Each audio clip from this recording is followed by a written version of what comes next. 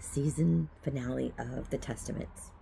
Season 1, first episode, episode 10.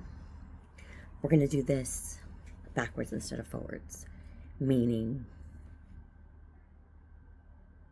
I want to talk about the feeling, right? Not just the nostalgia, but the feeling that Bruce Miller and June, forgive me, June, for a moment I forgot your real name. You'll always be June to us. But in going backwards, they were able to capture, right?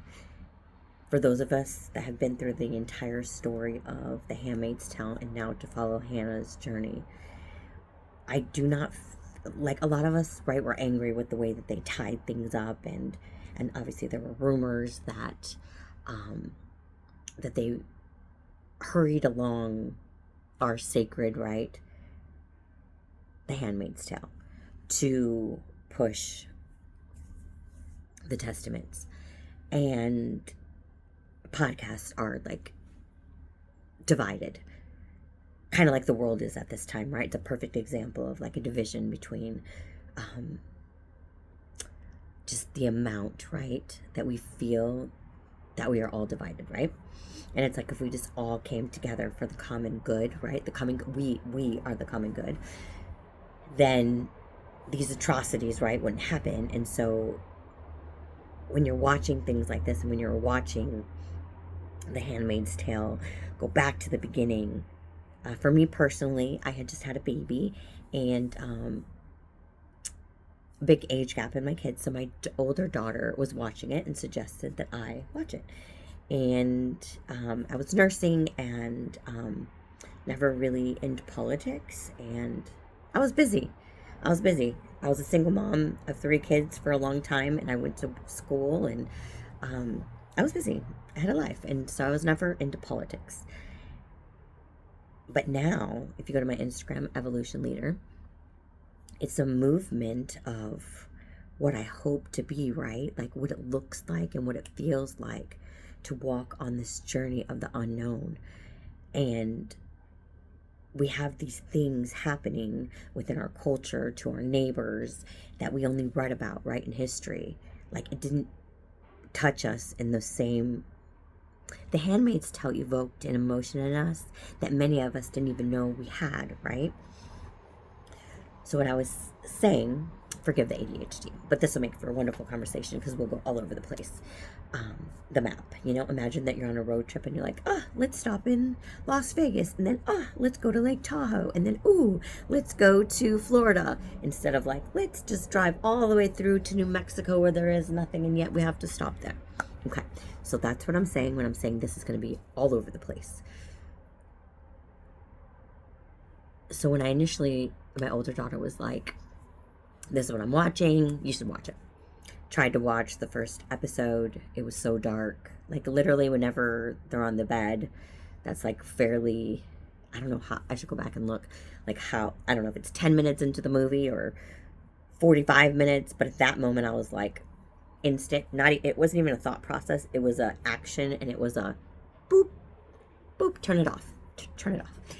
And then, interestingly enough, my best friend, who I met when I converted over to being a Mormon, that's for a whole story. She never drank, she never smoked, and she waited until her wedding night to be intimate. Actually, she didn't even get to him that night. And so to say that we are two completely different, once upon a time we were like sisters, but we're entirely different, right? I have tried everything under the sun and recircled back home to myself based on the bad decisions that I have made. Based on life teaching me, right? Serving it onto it. Like, you make these choices, you choose the bad boy, and this is what your life looks like for the next, and it also affects your children. Okay. So never did I have time for politics. This isn't political. because they're not picking a side. Hear me out. Meaning, at any point, are they asking, and this is where I feel like social media and podcasters get it wrong. Everyone's trying to pick a side. But what if we, like, ultimately you got to pick the side, right? And they made a reference to Nazis, like, in that instance, yes, there is a clear, definitive, you chose a side, okay? But the decision comes in everyday, seemingly ordinary moments. And what this show has done is it has taken very real, right, topics and made them tangible, meaning we evoke such emotion when we watch these shows that we feel like we can touch it. And although that is the emotion of like feeling everything, right, having empathy for a situation sometimes that seems so far away, so foreign, like, oh, that happened a long time ago, close the chapter. Oh, that happened over there, way over there, close the chapter. The genius of Margaret Atwood, and the fact that this is what I mean about nostalgia. It wasn't just like one pivotal moment of nostalgia. Obviously, there was the nostalgia of June and the way that they portrayed her in the beginning and the end. Genius. But Margaret Atwood, again, if anyone wants to comment below and let me know what episode, what season, and what episode in Handmaid's Tale did, oh no, we're gonna have to circle back. Literally forgot. And we're not gonna like pause this and then edit it. We're gonna keep going. At what point, because I had forgotten, at what point did Margaret Atwood appear in The Handmaids? Because now we could definitively say Margaret Atwood appeared in season 1, episode 10 of The Testaments. It was like, I don't know, like a great grandmother seer coming back home to like grace you with presents. What I loved about The Testaments is what I hated about the ending of Handmaids, right? The reason that the handmaids reached and like literally like there's your heart, right? And then your hands are holding it. Like the reason that we stayed so long, because most of us want to like, there's a reason that scrolling and Instagram and Facebook are $1 billion industry, is because we're all whether you're at the point where you can admit this or not, trying to escape some part of our life. Whether it be that we're tired and we just want to shut it off, or, I don't know, people have their own reasons, right? But social media has connected us in such a way of disconnect, right? And these shows, I didn't want to fall in love with the Testaments, but I wasn't going to be like those podcasters that were like, we refuse, we are boycotting the Testaments. I thought about it. I did. Because of what transpired in the end, right? There were so many unanswered questions. But now, when you look at it as a whole, right, unit, it's like an engine or some part of the machinery in the car is locked together, right? If you could think of like a wheel and then they intertwine and they lock. For those of you that have ruled out the Testaments and are upset and like Nick Blaine and that whole storyline, and you felt betrayed by the writers, rightfully so, we'll have a whole other conversation about this. I am someone that can prospectively look at, I feel everything, but I look at both sides equally. And then I sit with all of it. And then I arise to my own opinions. If I want to further contemplate, because isn't that the whole point of like topics of conversation? And that's what's changed, is like people want to have a opinion and they want to die on the hill. Whether they fully understand it. And to fully understand something means that at any point do we not want to change. And that is the thing that many of us forgot to understand, is in life, you root, right? You root for the people you love, just like in stories. We find solace, we find comfort, we find familiarity, we find that we have common ground with characters, that we connect with characters. We are rooting for them. So when the characters disappoint us or the writers take it a completely different way, we have an emotional attachment, right? And no one has taught us to emotionally detach unless the other party does it or we have some kind of like decision overnight. So the Testament is genius because we fell in love with Hannah all over again. And we fell in love with Agnes.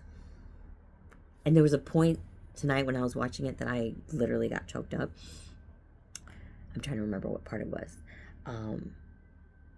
It'll come to me. Oh. When June realized that Daisy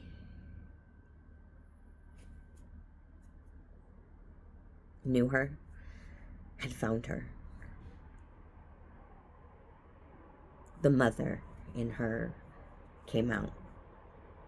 Meaning, if you're a mother or a father, then you know, like, there's nothing above your children. If you're a good parent. There just isn't. Like, you would walk through ice and slay dragons with fire. And you would sell your soul to save your children. And that is what I felt tonight. I felt the old June mixed with the new June. Because, like, a lot of us know trauma. But do we know trauma like that, like, outwardly from our government? If you look around, like, the really scary thing is, like, when I think of, like, misogyny and I never understood what those words meant, and patriarchy and matriarchy, and my daughter said it once, and I had to look it up. That's a whole other story. But the Testaments could not have come at a more better time for us to just sit. These aren't just stories, because if you think of lineage, if you think of our ancestors, if you think of, like, sacred rituals and, like, the natives and what they did to them to keep them from their magic, and we see genocides today, like, someday they're going to read about what's happening the way we read about what happened. And so we all know the quote, but I want you to sit with it for a moment. The one that says, they came for my neighbors and I said nothing. Essentially, they came for everyone until there was no one left to save them.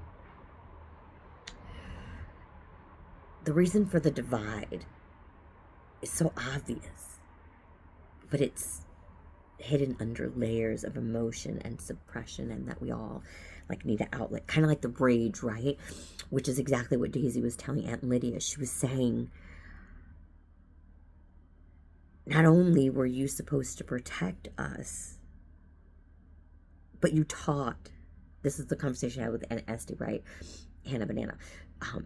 And maybe I'm getting confused, so I'm not humble here. You can correct me and then we'll all be good. So this is a team effort here, or you're either smoking a jiggy or you are having some tea, or I don't know. It's a Tuesday after Memorial Weekend, so you're definitely not throwing it down. But the point is, I love stories because they connect us to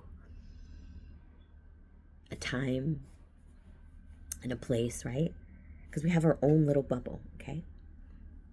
Some people go through their whole life in their own little bubble, right? When they go to work here, and they stay at that job forever, and they live in this one town, and then there's nothing wrong with that, like, right?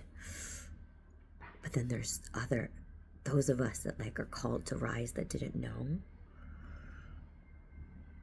until the moment that we were called to rise, and we don't ever truly know who we are until we're called to rise. we don't ever truly know what we'll do. We'd like to make up stories of, ooh, if someone came in the house, I would do this. I peed myself once because literally there was a lizard under the bowl, and I have a phobia of lizards.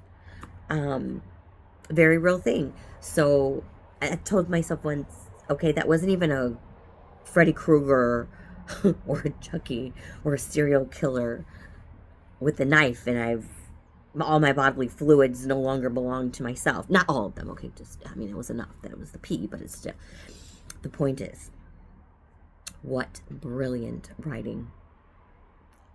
I have a new obsession. And the obsession is I didn't read the Testaments. So now I think this summer, right, you want to have a summer book club? Let's have a summer book club. Ooh, let's have a summer book club. And let's watch the Testaments, read it, and then let's go back and reread and rewatch The Handmaids. Because I have a feeling that when we go back and rewatch it, the familiarity, there's that word again, of what is happening in society and what is happening in the past and what's happening in the unveiling of that we hold our breath.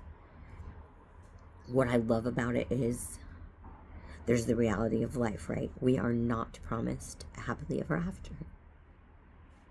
Actually, we're promised kind of sort of the opposite. It's like we forgot. So let me remind you, we were told that we're going to come here and we're going to be here a short time. And your only goal was to get back, right? Who knows where, okay? I believe that whatever you believe, if you're a devout nun and you believe you're going to heaven and you did everything that the nunnery rules, then that's where you're going to go. If you think you're coming back reincarnated as a bird, I believe remember they say we only use so much percentage of our brains. So the genius of this is they didn't lay out the happily ever after. Life will literally kick you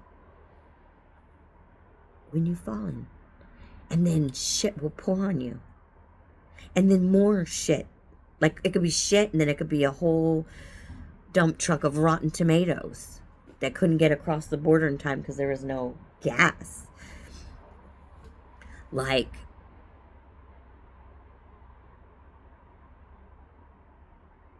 it's kind of a really scary time to be a woman, but I really need us to hone in.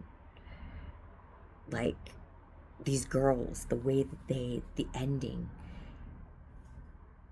I love that they used all the shock factor, the Rebecca killing of her father, the dentist, and that as the episode before the finale. That to me is true writing. You don't have to draw in and capture an audience, right, by leaving them with the shock. The shock value is in the thing that you didn't think was going to happen, that you're like, in a fever dream, right? Kind of like when we got the preview, right, to Testaments, and it showed her like almost kissing Garth and them dancing, and then you find out it's a dream, you feel jaded. You're like, what is this? And they did that intentionally. And because I was a little pissed about that, like, really, this whole dream saga, like, I don't even hardly ever dream, and then I gotta watch a show that dreams. But the brilliance of it, and within it, is that Bruce Miller, and I wish I could go down the list, but every single one of you, like, whatever you're doing, keep doing it. This is, like, do not stray from the path that you are on. The path that you are on is, again, taking us back home to the beginning and how we felt and how we were like, and I think that's the thing about a revolution. Like, you start off because there is no other choice, and you're truly just surviving. But then you become the revolution. And like June tried to tell Daisy, I cannot use you as a collateral. Like, there's and you are too invested. And isn't that the whole point of like evolution, right? Is you take who you know yourself to be, but then you're still so comfortable and so willing and able to ask yourself, like, who am I in this moment? And these girls did that. From Agnes to, like, Daisy's bravery, continued bravery, and Shunammite, like, even though she didn't have status, like, she knows who she is. And when you watch her walk around, like, she's the most one of them that has the least amount of confidence due to not getting her cycle, and yet she walked off that screen, and it was believable that these 3 women were going to take down Gilead. We had 6 seasons of looking at June and being like, we don't know how this ends for you. So the fact that they were like teenagers. So I guess the point is, it doesn't matter how old you're watching this, is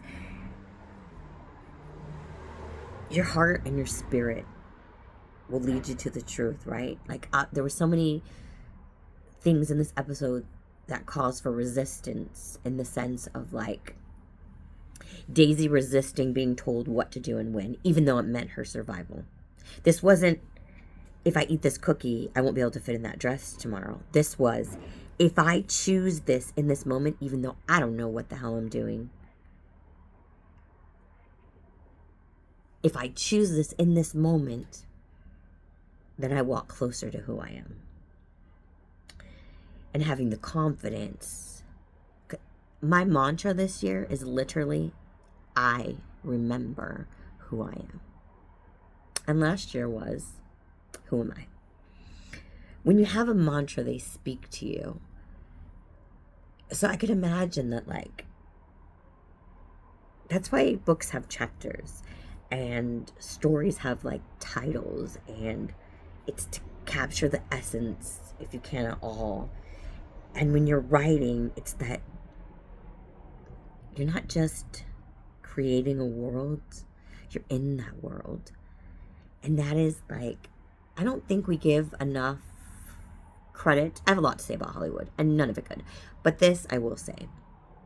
We need to give credit to where credit is due. And I am obsessed with the Testaments because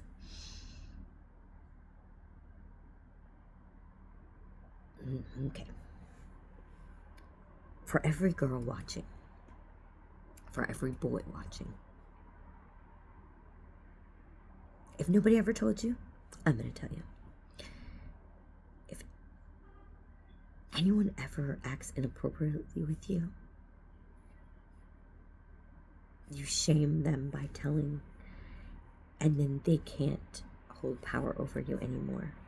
And in my generation, for context, I am Gen X, and I was born in 1976. You do the math. I had a glorious 50th birthday last month. Earth Day is my birthday. Enough about that.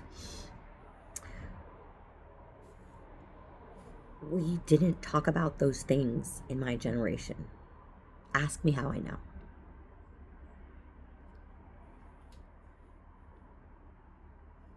I'm Rebecca.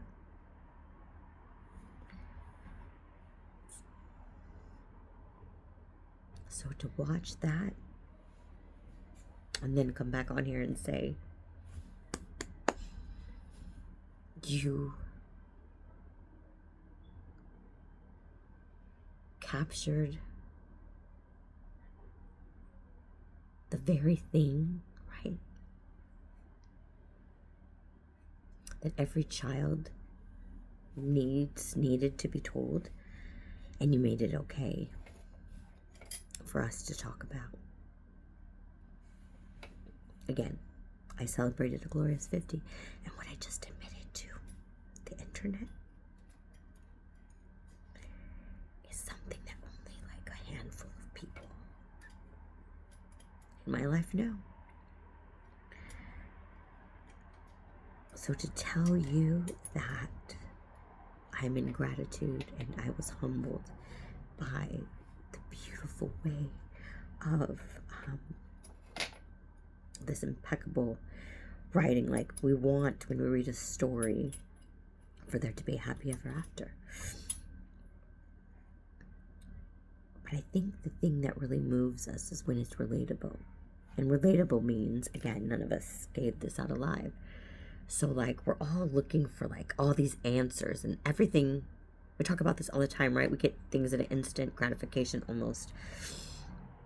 Which for the youth, they're used to that. And then for us, it was like we remember the period when it wasn't like that. And now we're in the period that it is. And I don't know if, given the choice, if any of you would go back to the way it was to not be to where we are here today. But the point is,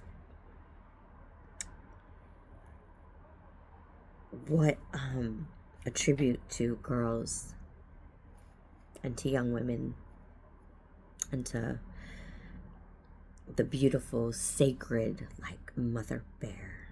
Because that's the story, right? Is a mother.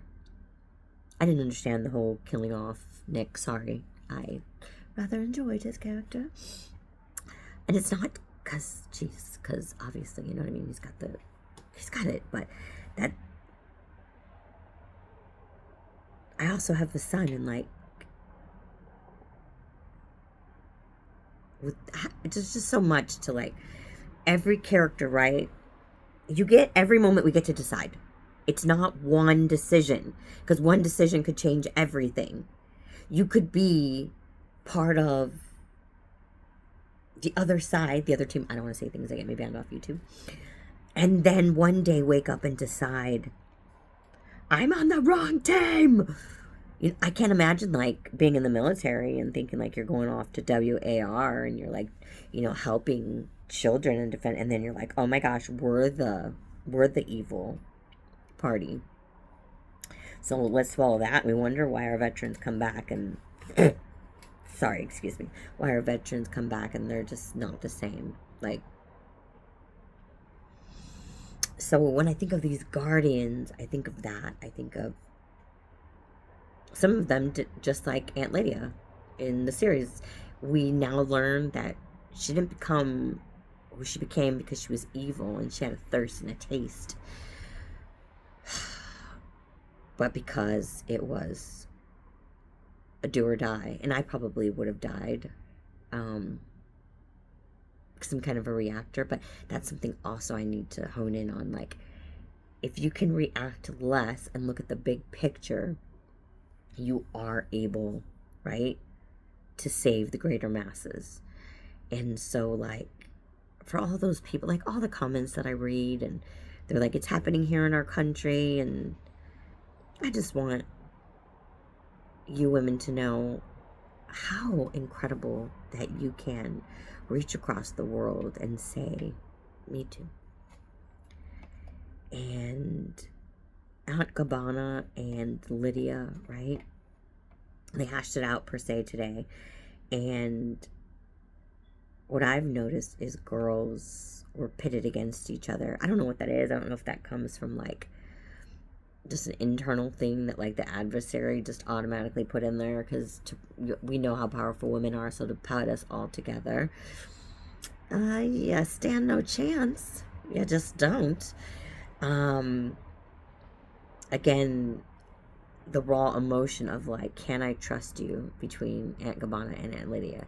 Do I trust you? And even when I'm trusting you, am I really trusting you? And so, but that's what it takes, right? And that is why they have these rules, is even when the girls are talking, they're just like, correcting them, like, keep moving it along, keep moving it along. They have to go in the bathroom and, like, hush, hush, and kick out the little, what are the pink girls called? And just, like, I'm going to go back and I'm going to watch the entire series and do a review on every single episode, because this is just too good to be lost. Like, I was following a podcast, and all through I started rewatching The Handmaid's Tale. I never finished that story. Oh, dear Lord. Okay, so the point is, I turned it off, and because Becca, my Becca, not the prude, but we do call her a prude, you know what I mean, back in the day, no offense, but you should be offended, was like, me and my husband are watching this, and I was like, if she can watch it, the curiosity, what do they say? Oh, ooh, curiosity killed the cat. Oh, okay. And so it was a couple years later and everything, and I don't even know when, but I did not start the bandwagon.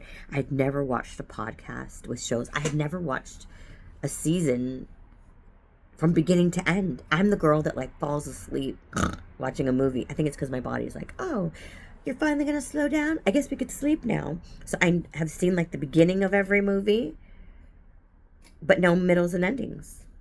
It's quite frustrating.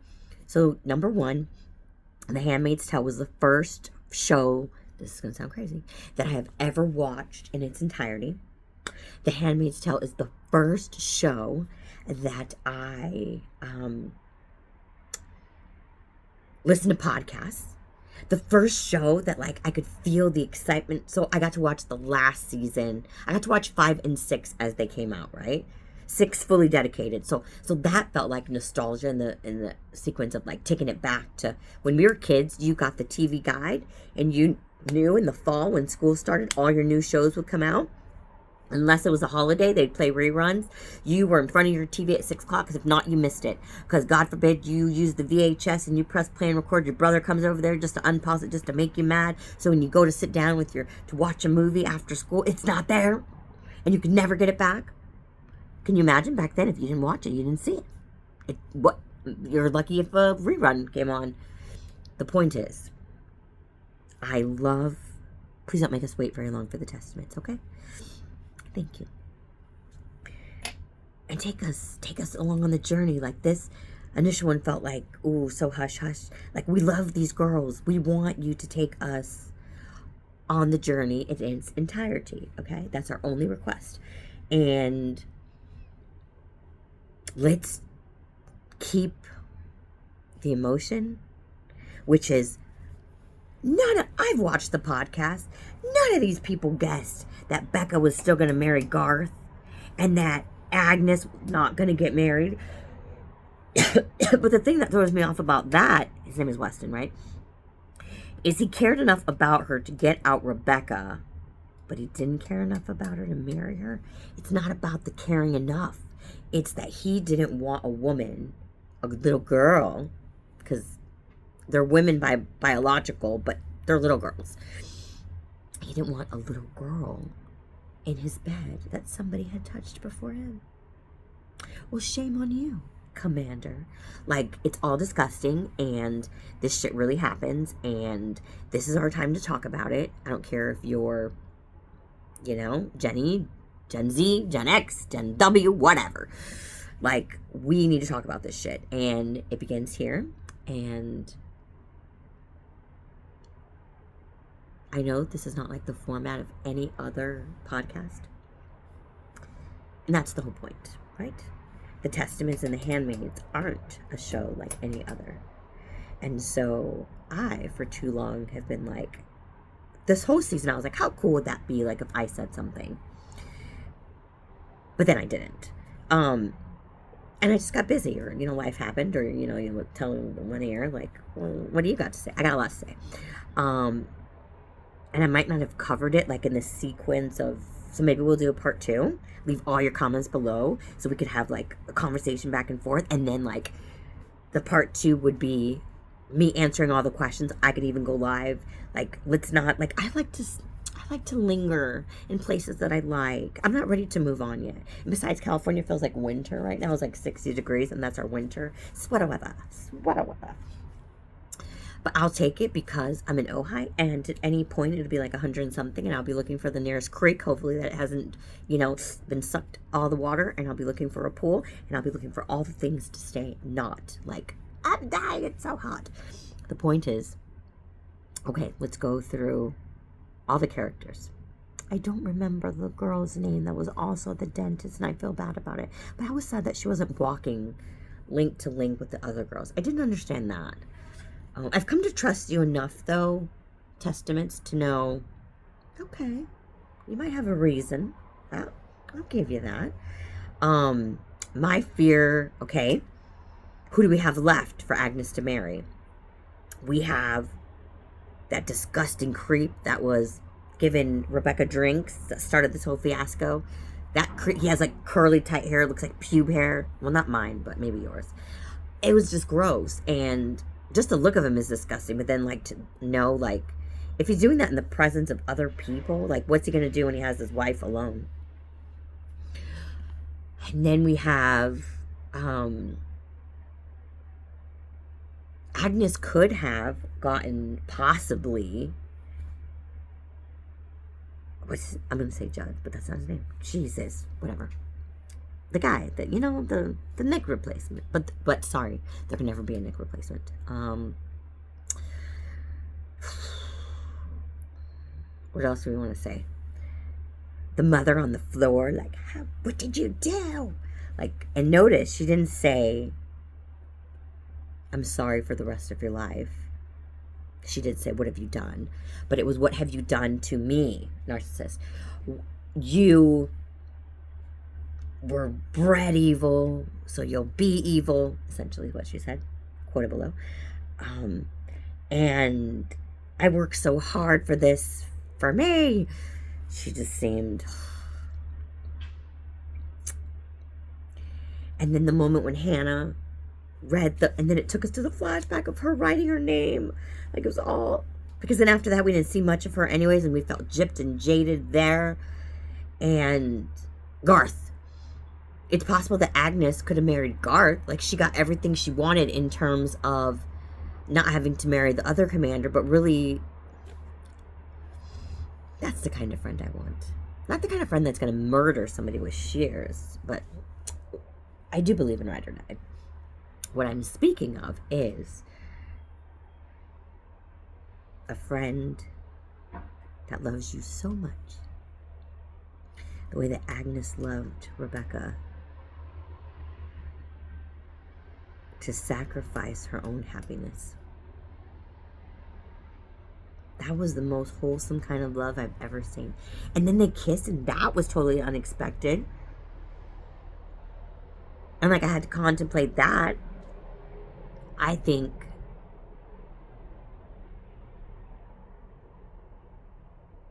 that it was a moment, and all of Rebecca's dreams came true in that moment. She went from almost being executed to...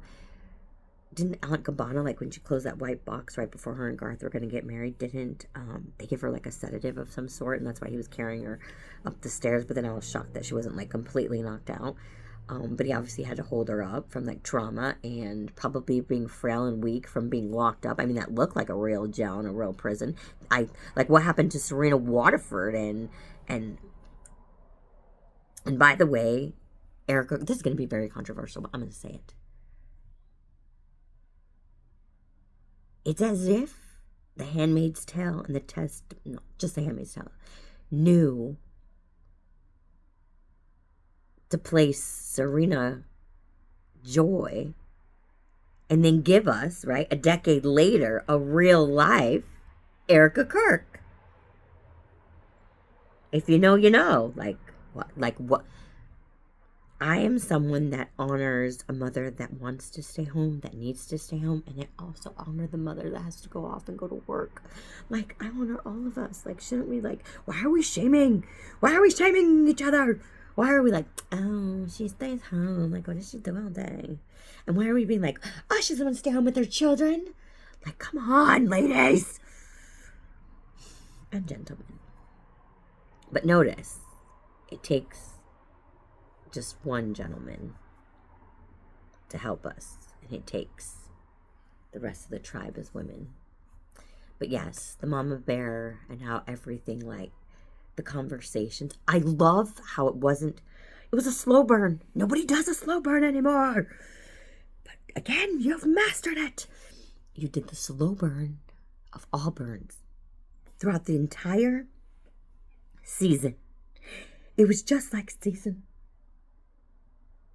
I'm outside, and I do live in Ohio, and there's like coyotes and stuff. So if I look this way, I'm just making sure there's, my back is turned, there's not an animal.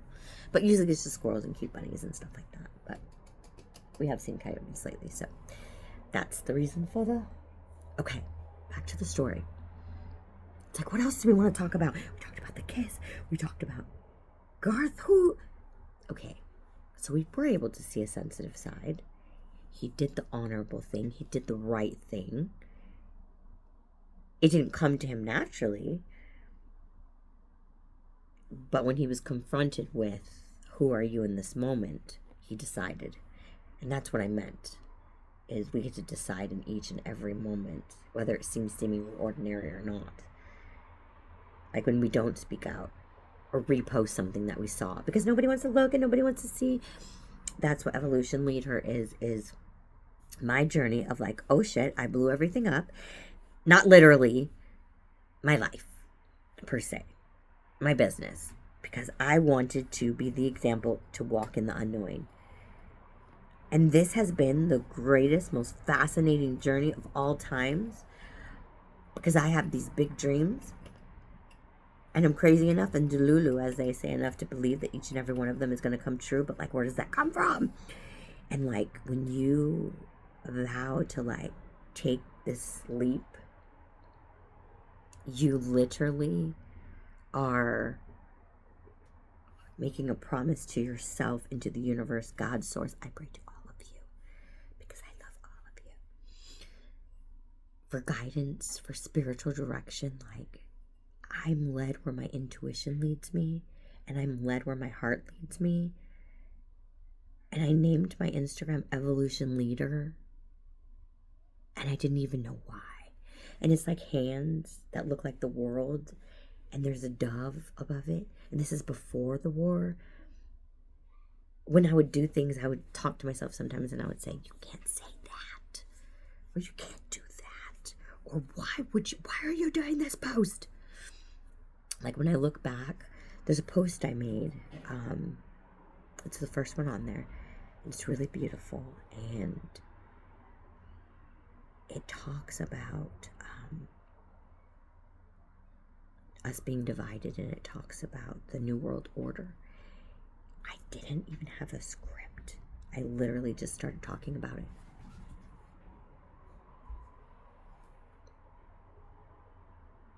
We're going to have to do a part 2 because I need to handle a situation, but I hope you come back to part 2 because we have lots to say.